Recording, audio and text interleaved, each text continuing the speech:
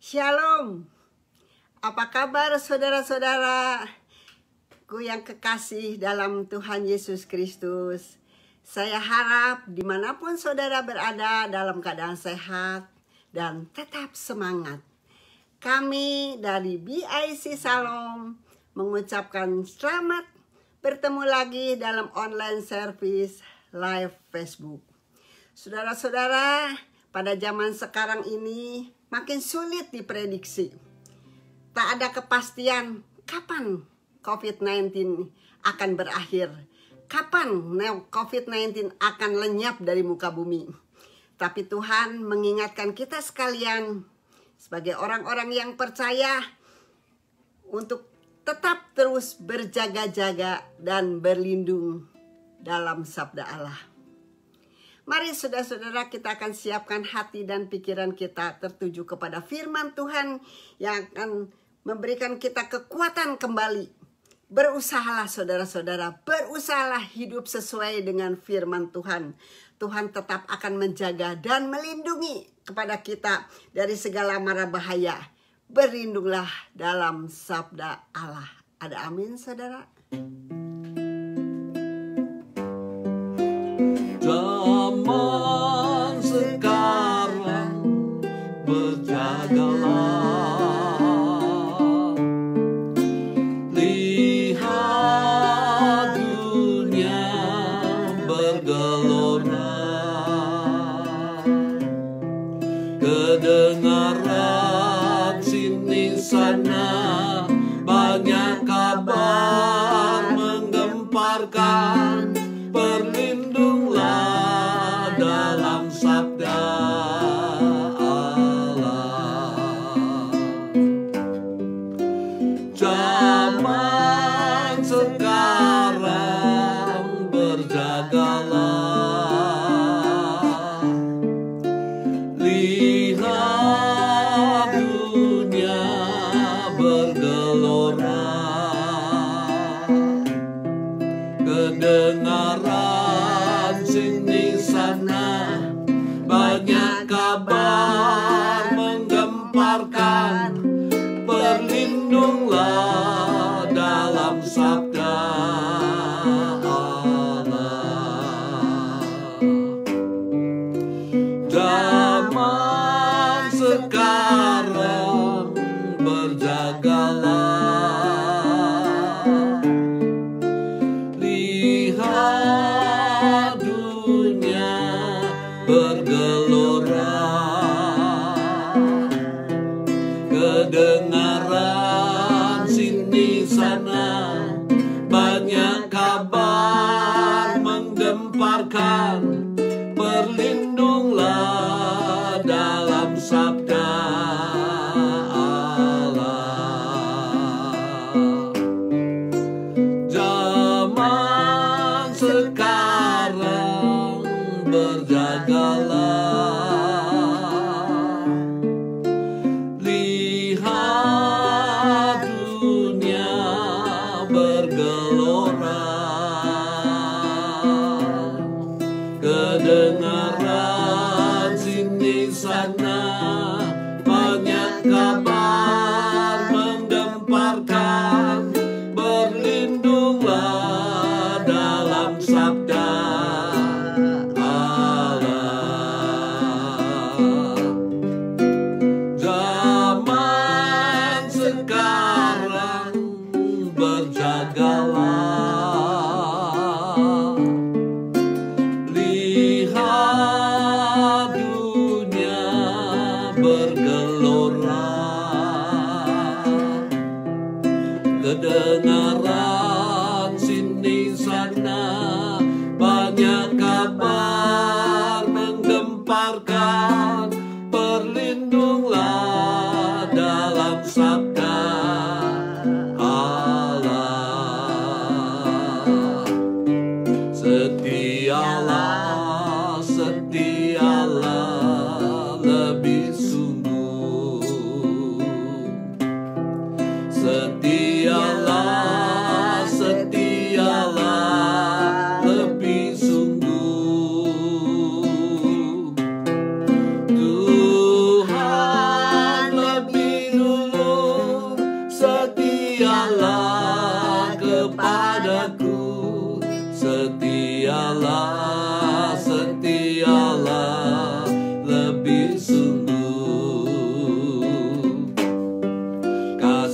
Kasihilah, kasihilah lebih sungguh. Kasihilah, kasihilah lebih sungguh. Tuhan lebih dulu mengasihi kepadaku. Kasihilah, kasihilah lebih sungguh. Layanilah, layanilah lebih sungguh. Layanilah, layanilah lebih sungguh. Tuhan lebih dulu melayani kepadaku. Layanilah, layanilah lebih sungguh.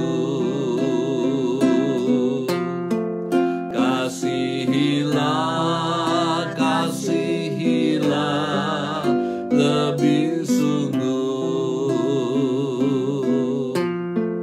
Setialah, setialah lebih sungguh.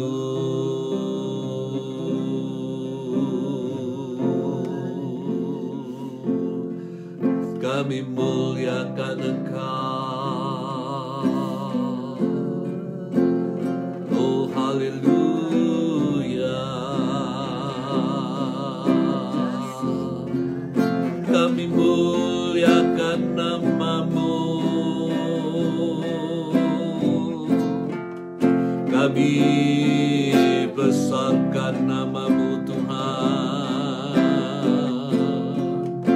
Kami merendahkan diri di hadapan-Mu. Kami merendahkan diri, oh di hadapan-Mu Bapa. Oh haleluya.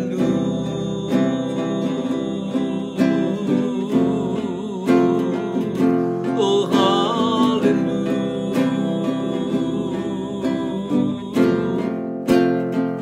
Oh haleluya.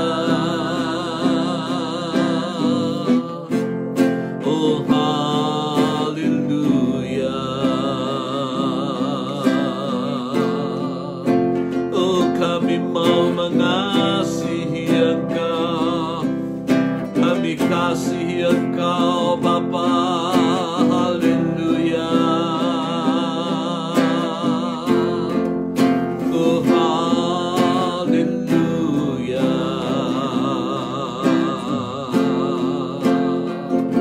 Kami merendahkan diri di hadapan-Mu.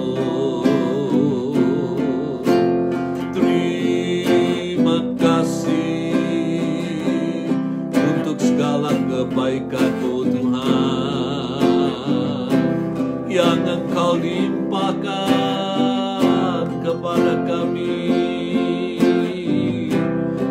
Engkau melimpahkan kepada kami. Oh haleluya. Oh haleluya. Oh haleluya.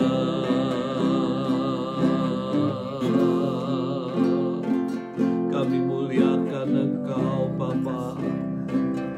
Kami mau setia kepada-Mu. Kami mau mengasihi Engkau lebih dari segalanya.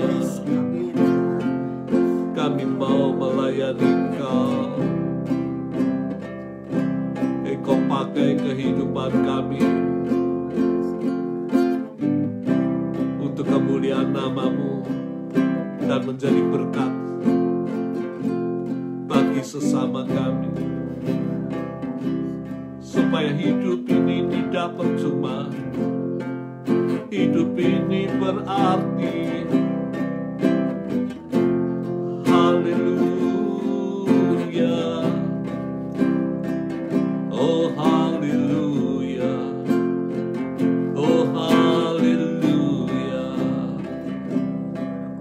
Oh haleluya, oh haleluya. Kami serahkan saat ini di dalam tangan-Mu Bapa. Kami hanya pandang Engkau. Karena kami tahu hanya satu yang baik adalah Tuhan yang kami kenal di dalam nama Tuhan Yesus Kristus. Engkaulah penghiburan kami di waktu kami mengalami kesusahan. Engkaulah penyembuh kami tatkala kami menderita sakit. Engkau penolong kami tatkala kami mengalami kesesakan. Kami menyerahkan di dalam tangan-Mu. Terima kasih Bapa. Kami boleh mengenal Engkau sebagai Tuhan Allah dan Bapa kami yang baik.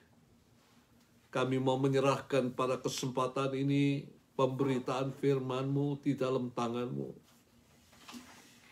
Kami hanya mau berlindung di dalam firman-Mu Tuhan.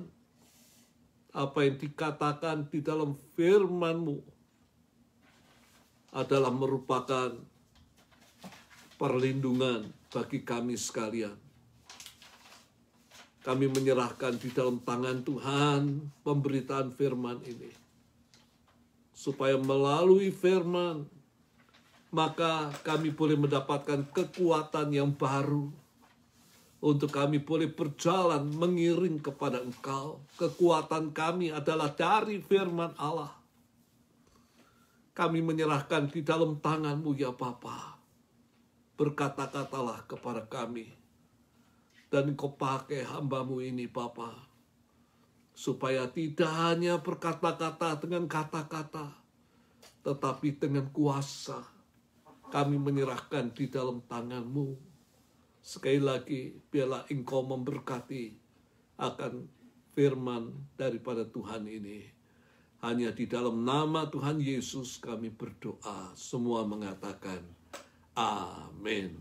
Nah, saudara sekalian, tema pada hari ini adalah menghadapi hari-hari yang jahat. Nah, saya ambil di dalam Efesus pasal yang kelima, ayat 15 sampai ayat yang ke-21. Saudara baca keseluruhan ayat-ayat ini. Dan saya hanya akan membaca ayat 15 dan 16. Saudara baca sendiri keseluruhannya. Dikatakan demikian firman Allah. Karena itu perhatikanlah dengan seksama. Perhatikanlah dengan teliti bagaimana kamu hidup. Bagaimana kita harus hidup. Janganlah seperti orang bebal. Orang bebal adalah orang yang bodoh. Tetapi seperti orang yang arif. Orang yang bijaksana. Yang dapat membuat tindakan yang tepat di dalam menyikapi hari-hari yang jahat. Dan pergunakanlah waktu yang ada, karena hari-hari ini adalah jahat. Sekali lagi, hari-hari ini adalah jahat. Nah, Rasul Paulus, surat ini ditulis oleh Rasul Paulus. Ia mengingatkan baik kepada jemaat di Efesus dan kita yang hidup di akhir zaman, bahwa kita hidup di dalam hari-hari yang jahat. Apa artinya? Artinya adalah banyak kejahatan yang dilakukan oleh manusia.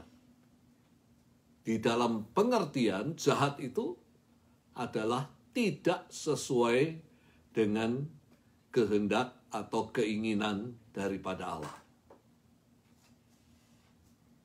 Nah, saudara sekalian, yang pertama-tama yang dapat kita pada saat ini lihat adalah mengenai okultisme. Efesus terkenal dengan okultisme, praktek ilmu menggunakan kuasa kegelapan. Dan ini nyata di dalam kitab Kisah Rasul 19 ayat yang ke-18 dan 19. Dikatakan banyak juga di antara mereka yang telah menjadi percaya. Banyak orang yang percaya akan nama Yesus. Datang dan mengaku di depan umum. Mengaku iman percayanya di depan umum. Bahwa mereka pernah turut melakukan perbuatan-perbuatan seperti itu. Banyak juga di antara mereka yang telah melakukan sihir. Mengumpulkan kitab-kitabnya, lalu membakarnya di depan mata semua orang. Ya, jadi banyak di antara orang yang percaya yang dulunya adalah melakukan atau mempraktekkan sihir, mempraktekkan melalui kuasa-kuasa kegelapan. Lalu kemudian mereka percaya kepada Yesus. Dan apa yang dilakukan setelah percaya? Mereka mengumpulkan kitab-kitabnya, lalu membakarnya di depan mata semua orang. Nilai kitab itu ditaksir 50.000 uang perak. 50.000 uang perak. Sangat berharga. Sangat mahal. 50.000 uang perak. Kalau ini di dalam bentuk shekel, mata uang Yahudi, adalah kira-kira $35.000.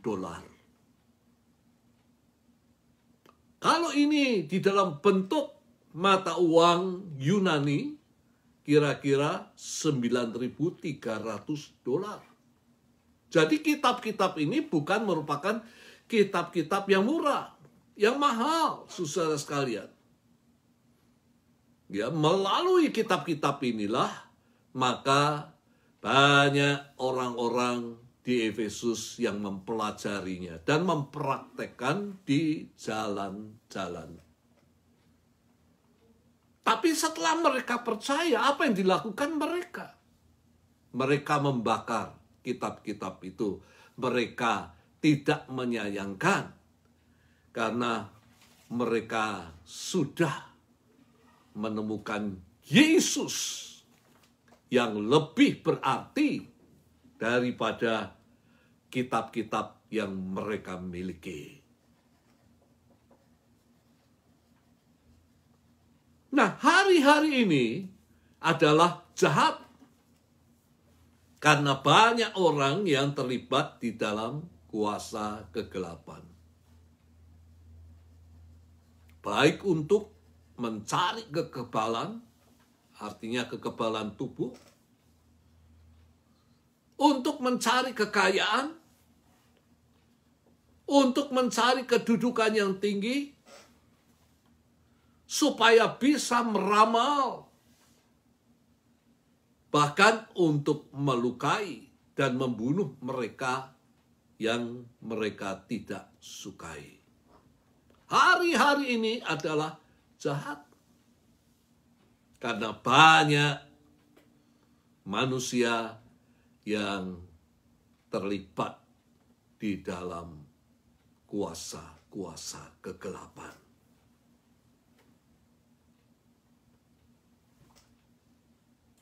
Hari-hari ini adalah jahat.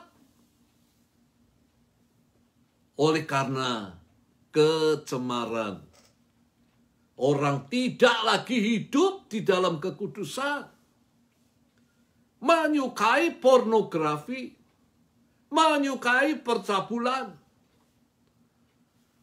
menyukai penyelewengan, menyukai perceraian, menyukai pergundikan. Dan ini sudah menjadi berita atau tayangan yang sehari-hari yang dapat kita baca maupun saksikan. Hari-hari ini adalah jahat karena maraknya kejahatan yang dilakukan oleh manusia.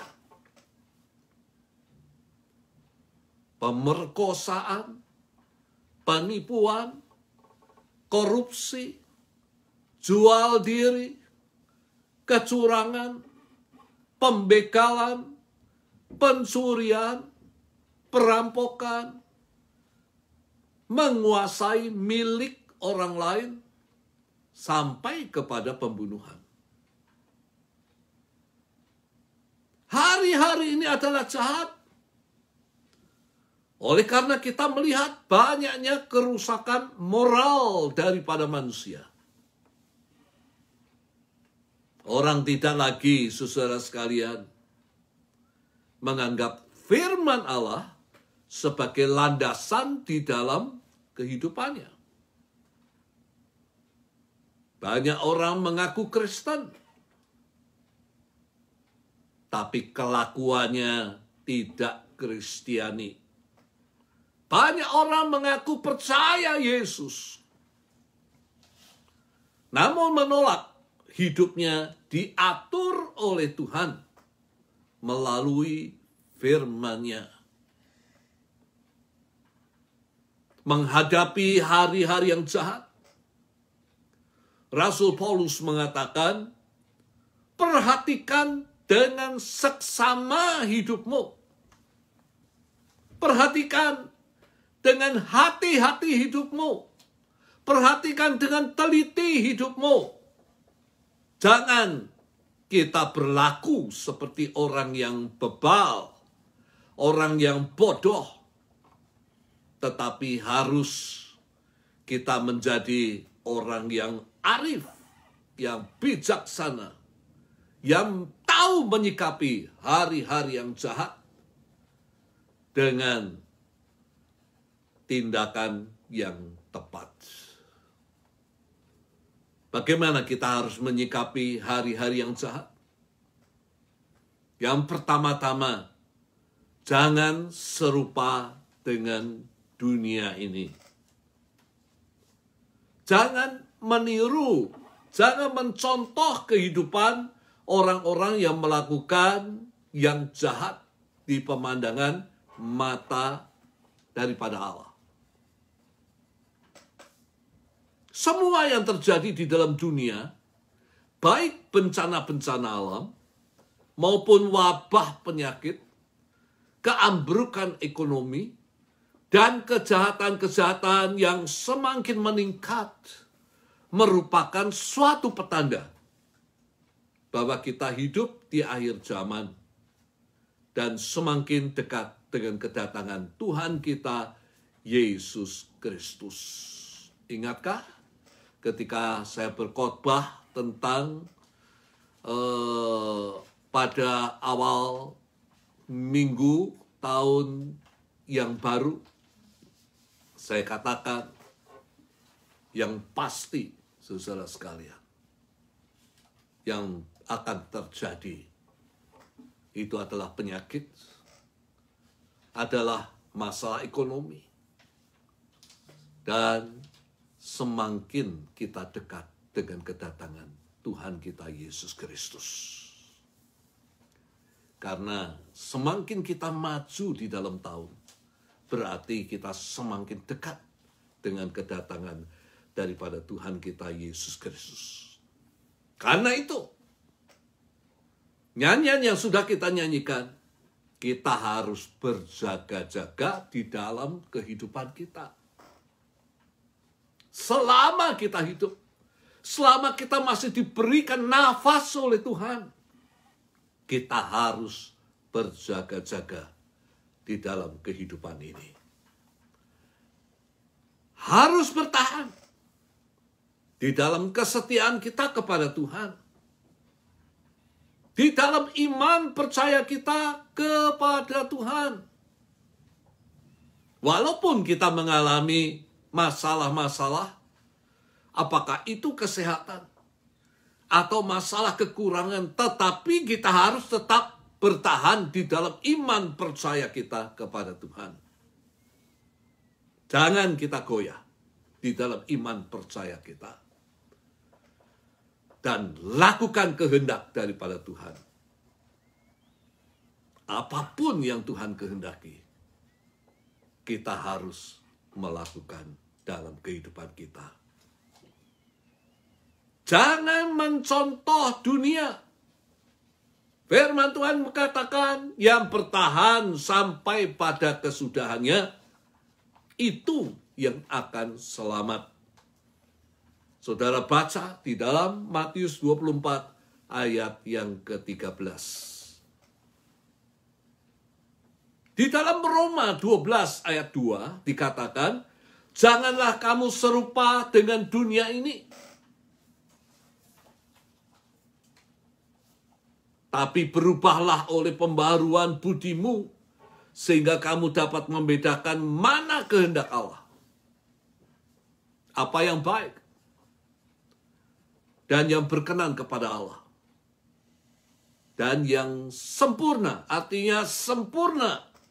Kehendak Allah yang sempurna. Kita tidak boleh meniru model kehidupan mereka yang berbuat jahat. Tetapi kita meniru model kehidupan mereka yang hidupnya benar, saleh di pemandangan mata Allah. Hal yang kedua, masih di dalam Roma 12 ayat yang kedua, berusaha mengerti kehendak daripada Allah. Kita harus berusaha mengerti kehendak Allah. Dengan cara apa kita mengerti kehendak Allah? Dengan perubahan budi, perubahan pikiran kita. Dulu pikiran kita isi dengan kekerasan, dengan percabulan. Berhenti. Mari kita ubah pikiran kita. Isi pikiran itu dengan firman daripada Allah. Ingat, kalau kita mengisi teko dengan air, saudara sekalian, maka ketika kita tuang isi teko itu ke dalam cangkir atau gelas, yang keluar adalah air, bukan teh atau kopi. Tergantung apa yang kita isikan di dalam teko itu. Demikian juga di dalam pikiran kita. Kalau kita mengisi pikiran ini dengan firman daripada Allah yang keluar melalui kehidupan kita adalah firman daripada Allah. Kalau kita isi kehidupan kita dengan firman Allah, maka kita akan memahami, akan mengerti apa yang menjadi kehendak Allah yang sempurna. Apa yang baik, kita tahu yang sesuai dengan kehendak Allah. Apa yang berkenan kepada Allah, kita tahu dengan persis yang sesuai dengan kehendak daripada Allah. Oleh karena itu, saudara sekalian, apakah kita sudah meluangkan waktu setiap hari di dalam doa, di dalam merenungkan firman daripada Allah. Supaya kita bisa memahami, bisa mengerti kehendak Allah dan tidak terseret di dalam arus kejahatan. Hanya satu kuncinya adalah isi pikiranmu, isi hidupmu dengan firman daripada Allah. Maka engkau dapat memahami kehendak Allah dan tidak terseret-seret di dalam arus dunia yang jahat. Di dalam 1 Korintus 15 ayat 33, 1 Korintus 15:33, jangan kamu sesat.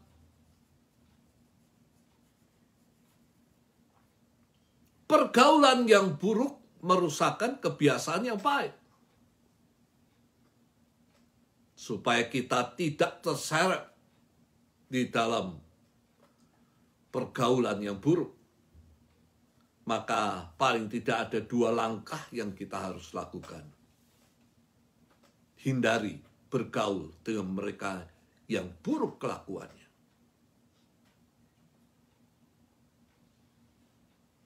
Yang kedua, jangan tiru kalau kita melihat mereka tidak hidup di dalam kebenaran firman Tuhan. Mereka bukan menjadi role model yang baik. Namun contohlah mereka yang hidup sesuai dengan firman daripada Tuhan. Yang hidupnya benar di pemandangan mata Tuhan. Yang hidupnya saleh di pemandangan mata daripada Tuhan. Karena melakukan firman daripada Allah. Menghadapi hari-hari yang jahat. Yang ketiga dikatakan, hendaklah kamu penuh dengan roh. Jangan kamu mabuk oleh anggur. Nah, saudara sekalian, ini peringatan daripada Rasul Paulus. Dan ini hal yang sangat penting. Hendaklah kamu penuh dengan roh. Dan jangan mabuk oleh anggur. Orang yang mabuk oleh anggur, saudara sekalian, maka dia dikuasai oleh kekuatan alkohol.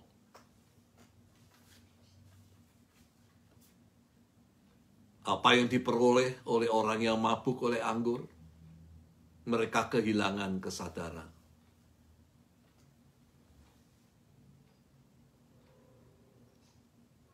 Mereka berjalan sempoyongan. Mereka omongannya ngaco dan tidak bisa dimengerti. Dan mereka dikuasai oleh hawa nafsu untuk melakukan berbagai kejahatan. Tetapi Rasul ini mengatakan, tetapi hendaklah penuh dengan roh. Artinya apa? Hidup itu dikuasai oleh Roh Kudus.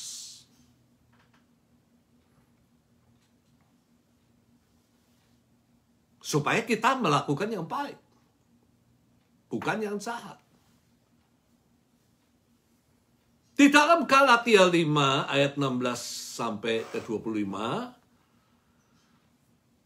Saya bacakan ayat 16 dan 17 lebih dahulu. Maksudku ialah hiduplah oleh roh.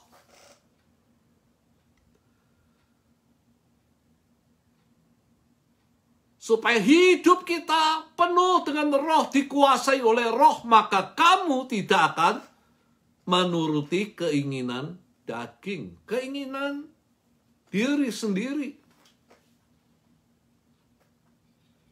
Sebab keinginan daging berlawanan dengan keinginan roh.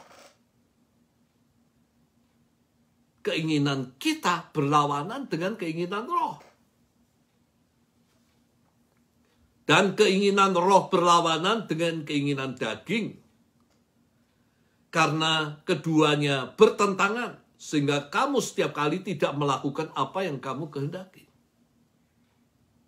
Kita ingin melakukan yang baik. Ternyata yang jahat yang kita lakukan. Seringkali kita mengalami kegagalan, bukan? Kita ingin melakukan yang benar, tetapi yang tidak benar kita lakukan. Karena kita masih dikuasai oleh keinginan daging. Tapi firman Tuhan mengatakan, hiduplah oleh roh. Penuhlah oleh roh. Supaya roh yang menguasai hidup kita. Yang menuntun, yang memimpin hidup kita. Supaya kita boleh melakukan yang baik sesuai dengan kehendak Allah. Yang benar sesuai dengan kehendak Allah. Dan tidak melakukan yang jahat di pemandangan mata Allah. Nah, di dalam ayat 19, saya lompat ayat 18, ayat 19 sampai 21, dikatakan, perbuatan daging telah nyata. Apa yang menjadi perbuatan daging? Keinginan tubuh kita, yaitu percabulan, kecemaran, hawa nafsu, penyembahan berhala, sihir, perseteruan, perselisihan, iri hati, amarah, kepentingan diri sendiri, percideraan atau permusuhan, roh pemecah, suka memecah belah, kedengkian, kemabukan, pesta pora, dan sebagainya. Terhadap semuanya itu, kuperingatkan kamu, seperti yang telah kubuat dahulu, bahwa barang siapa melakukan hal-hal yang demikian, ia tidak akan mendapat bagian dalam kerajaan Allah. Sekali lagi, bahwa barang siapa melakukan hal-hal yang demikian, yang hidup menuruti kehendak daging, maka ia tidak akan mendapat bagian di dalam kerajaan Allah. Saya masih teringat apa yang dikatakan oleh Yesus. Bukan yang berseru-seru, Tuhan, Tuhan diselamatkan. Tetapi yang melakukan kehendak daripada Bapa. Itu yang selamat. Dan apakah pada saat ini, saudara sekalian, kita sudah hidup di dalam kehendak daripada Bapa. Lakukan kehendak Bapa di dalam menghadapi hari-hari yang jahat. Jangan kita berpaling ke kiri atau ke kanan. Tapi biarlah kita berjalan di dalam kehendak daripada Bapa. Di dalam ayat 22 sampai 24 dikatakan, tetapi buah roh ialah buah roh. Buah yang dihasilkan kalau kita beri Roh Kudus menguasai kehidupan kita. Tetapi buah roh ialah kasih, sukacita, damai sejahtera, kesabaran, kemurahan, kebaikan, kesetiaan, kelemah lembutan, penguasaan diri. Sekali lagi, ada penguasaan diri untuk tidak melakukan hal-hal yang jahat, yang tidak benar di pemandangan mata daripada Allah. Barang tidak ada hukum yang menentang hal-hal itu. Kalau kita hidup dikuasai roh, tidak ada hukum yang menentang akan buah yang dihasilkan oleh Roh Kudus dalam kehidupan kita. Baik hukum dunia maupun hukum sorga. Hukum Tuhan.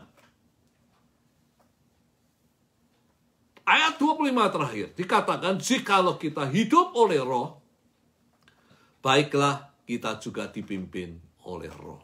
Kita biarkan Roh Kudus menuntun kita, supaya kita boleh berjalan sesuai dengan kehendak-Nya.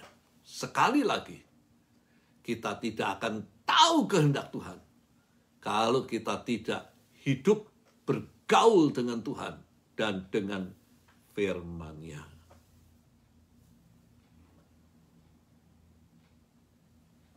Yang keempat, saudara sekalian, menghadapi hari-hari yang jahat, mengucap syukur senantiasa di dalam segala sesuatu. Jangan bersungut-sungut. Jangan marah.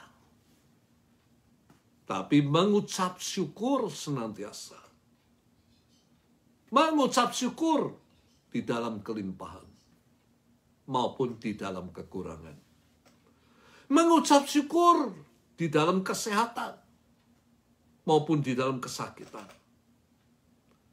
Mengucap syukur ketika mengalami keberhasilan maupun kegagalan. Percayalah bahwa Tuhan itu baik. Tuhan mengasihi kita dan selalu memperhatikan kebutuhan-kebutuhan anak-anak-Nya. Di dalam segala keadaan yang tidak kita harapkan terjadi di dalam kehidupan kita, kalau itu terjadi, ingatlah akan ayat di bawah ini. 1 Korintus 10 ayat 13. Pencobaan-pencobaan yang kamu alami ialah pencobaan-pencobaan yang biasa. Karena semua orang akan mengalami kesukaran-kesukaran. Tidak melebihi kekuatan manusia. Sebab Allah setia. Allah itu adalah setia. Dia tidak meninggalkan anak-anak-Nya. Tidak membiarkan kita sendiri. Dia tetap menyertai kita di dalam mengalami semua penderitaan. Tuhan Allah itu setia. Dan karena itu Ia tidak akan membiarkan kamu dicobai melampaui kekuatanmu. Tidak akan membiarkan kamu dicobai melampaui kekuatanmu. Yang Tuhan izinkan datang dalam kehidupan kita tidak melebihi kekuatan kita. Pada waktu kamu dicobai, Ia akan memberikan kepadamu jalan keluar sehingga kamu dapat menanggungnya. Ketika kesukaran datang, maka Dia memberikan jalan keluar sehingga kita dapat menanggungnya. Enggak lama, Dia akan memberikan jalan keluar.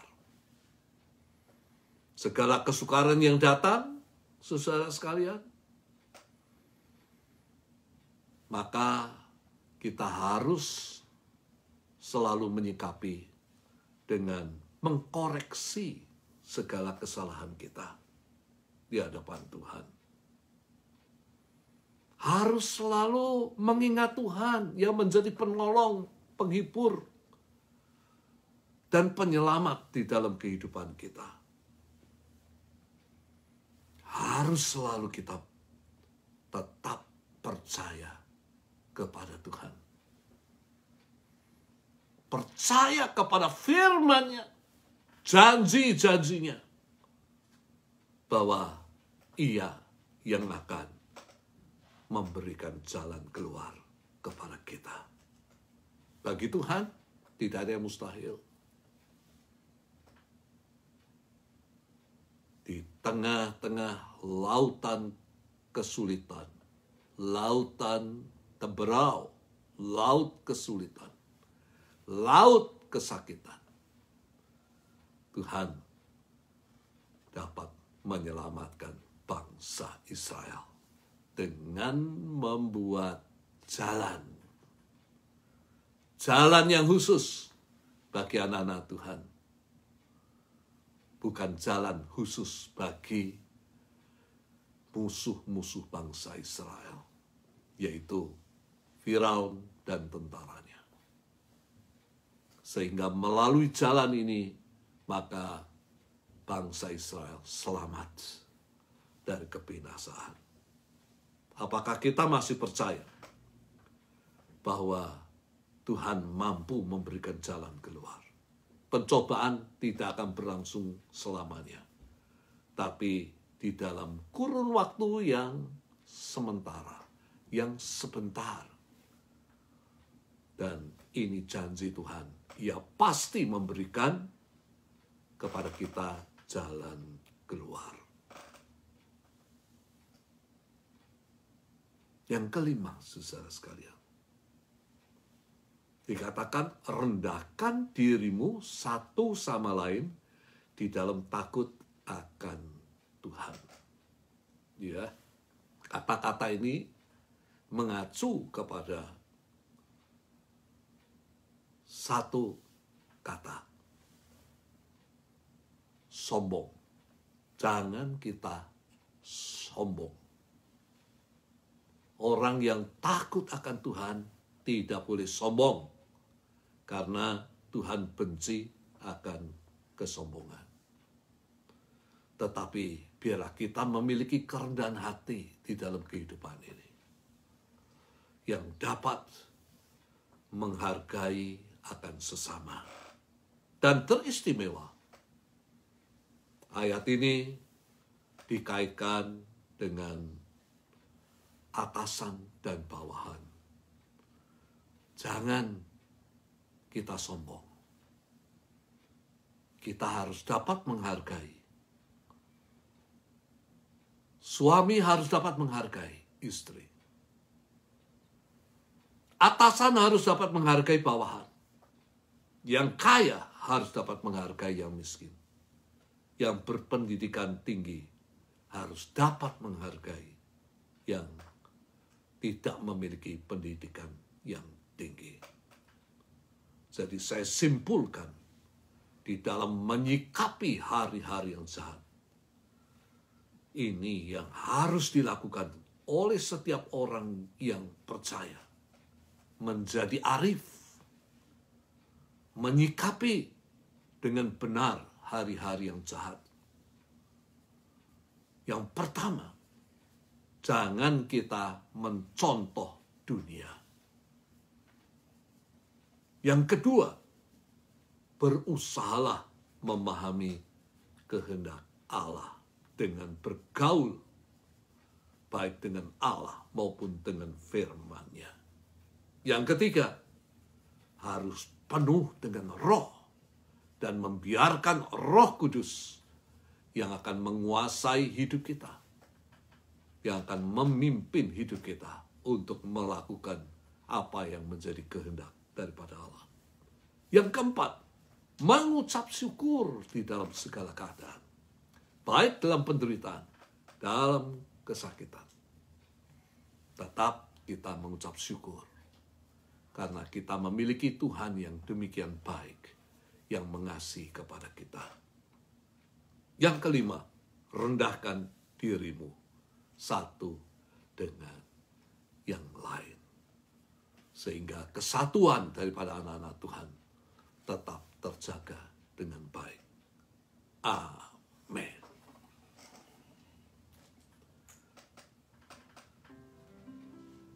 Setialah, setialah lebih sungguh.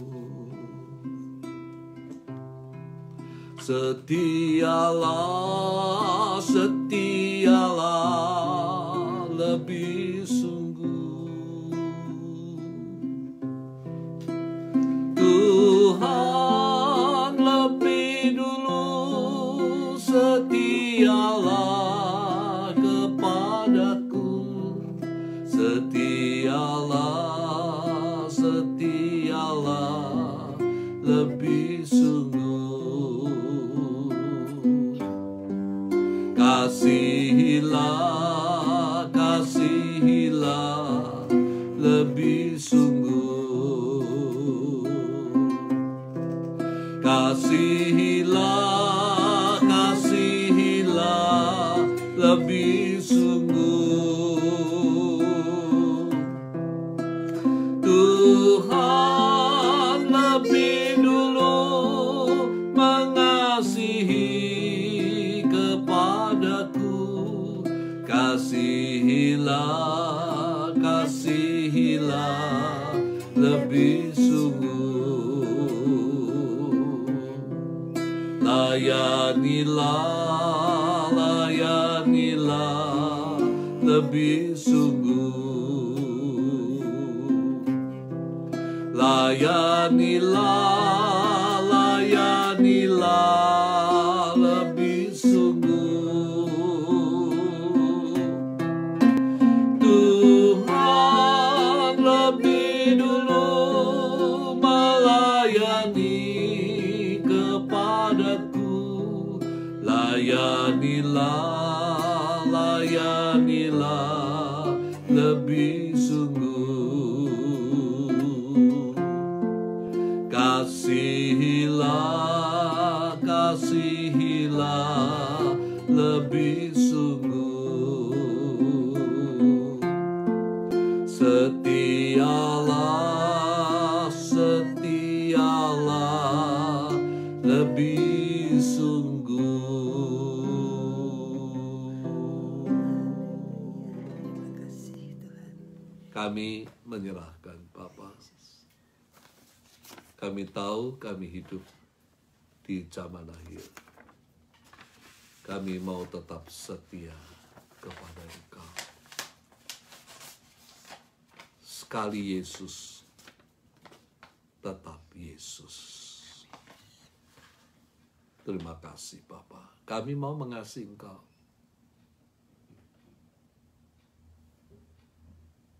Lebih sungguh lagi dalam kehidupan ini. Biarlah Tuhan,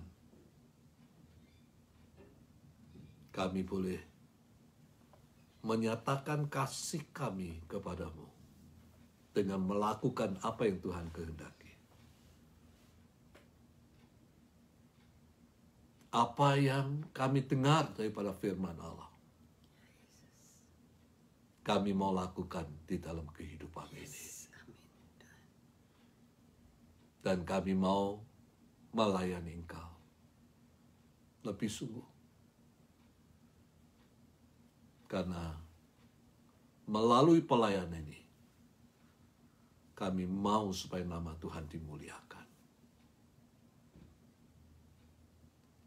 Kami mau menjadi berkat melalui pelayanan ini kepada sesama kami.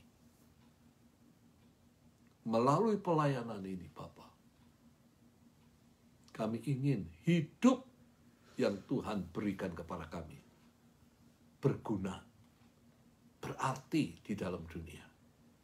Tidak sia-sia, tidak kosong.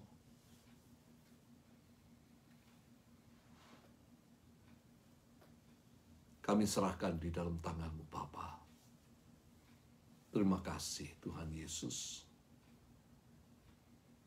Engkaulah yang kami muliakan. Engkaulah yang kami besarkan dalam kehidupan ini. Terima kasih untuk segala kebaikan-Mu. Terima kasih Bapa untuk keselamatan yang Tuhan sudah berikan kepada kami. Sehingga kami boleh memiliki kehidupan yang kekal. Terima kasih. Karena Engkau tetap menyertai kami di dalam menghadapi hari-hari yang jahat, di dalam menghadapi segala kesukaran, di dalam menghadapi segala kesakitan. Tidak pernah Tuhan meninggalkan kami sendiri. Terima kasih. Terima kasih Bapa, karena Engkau yang berjanji menolong kami, menyembuhkan ketika kami sakit, mengkuatkan ketika kami lemah, Amin. menghibur ketika hati kami susah. Yes, amin. Tuhan. Kami mau serahkan anak-anak-Mu sekalian di dalam tangan-Mu. Engkau yang mengetahui pergumulan mereka. Ya, tolong mereka. Dan biarlah Tuhan, Engkau nyatakan apa yang menjadi janji-janji-Mu di dalam firman Allah. Kuatkan, hiburkan, dan Engkau sendiri ulurkan tangan pertolongan-Mu. Tangan-Mu tidak kurang panjang untuk menyelamatkan. Ini kebenaran firman, dan kami yakin Engkau yang akan melakukan kebenaran firman di dalam kehidupan anak-anak-Mu. Terima kasih Bapa, berkati semua yang mengikuti ibadah live streaming melalui Facebook ini Bapa. Kami mau serahkan dalam tangan Tuhan mereka yang mendengar sesuai dengan firman-Mu, maka Engkau yang akan memberkati. Mereka yang melakukan, dan Engkau akan memberkatinya. Kami mau serahkan dalam tangan Tuhan, supaya hidup kami dipenuhkan dengan kesaksian-kesaksian tentang keajaiban-keajaiban Tuhan. Sehingga hidup kami Tuhan dapat memuliakan nama Tuhan melalui kesaksian-kesaksian ini. Terima kasih Bapa. Hanya di dalam nama Tuhan Yesus kami berdoa. Dan kini saudara sekalian, saya akan menutup. Sekali lagi saya hendak mengatakan, jadilah pelaku-pelaku firman dimanapun engkau berada. Terimalah anugerah berkat daripada Tuhan. Angkat tangan saudara, terima anugerah berkat Tuhan. Yang saya sampaikan, kasih daripada Allah Bapa, kasih karunia Tuhan Yesus Kristus di dalam persekutuan dengan Roh Kudus menyertai engkau. Saat ini sampai Maranatha, Tuhan Yesus Kristus datang untuk kedua kalinya. Semua mengatakan amin. Akhirnya saya dan istri mengucapkan sampai berjumpa lagi. Tuhan memberkati. Bye. Bye.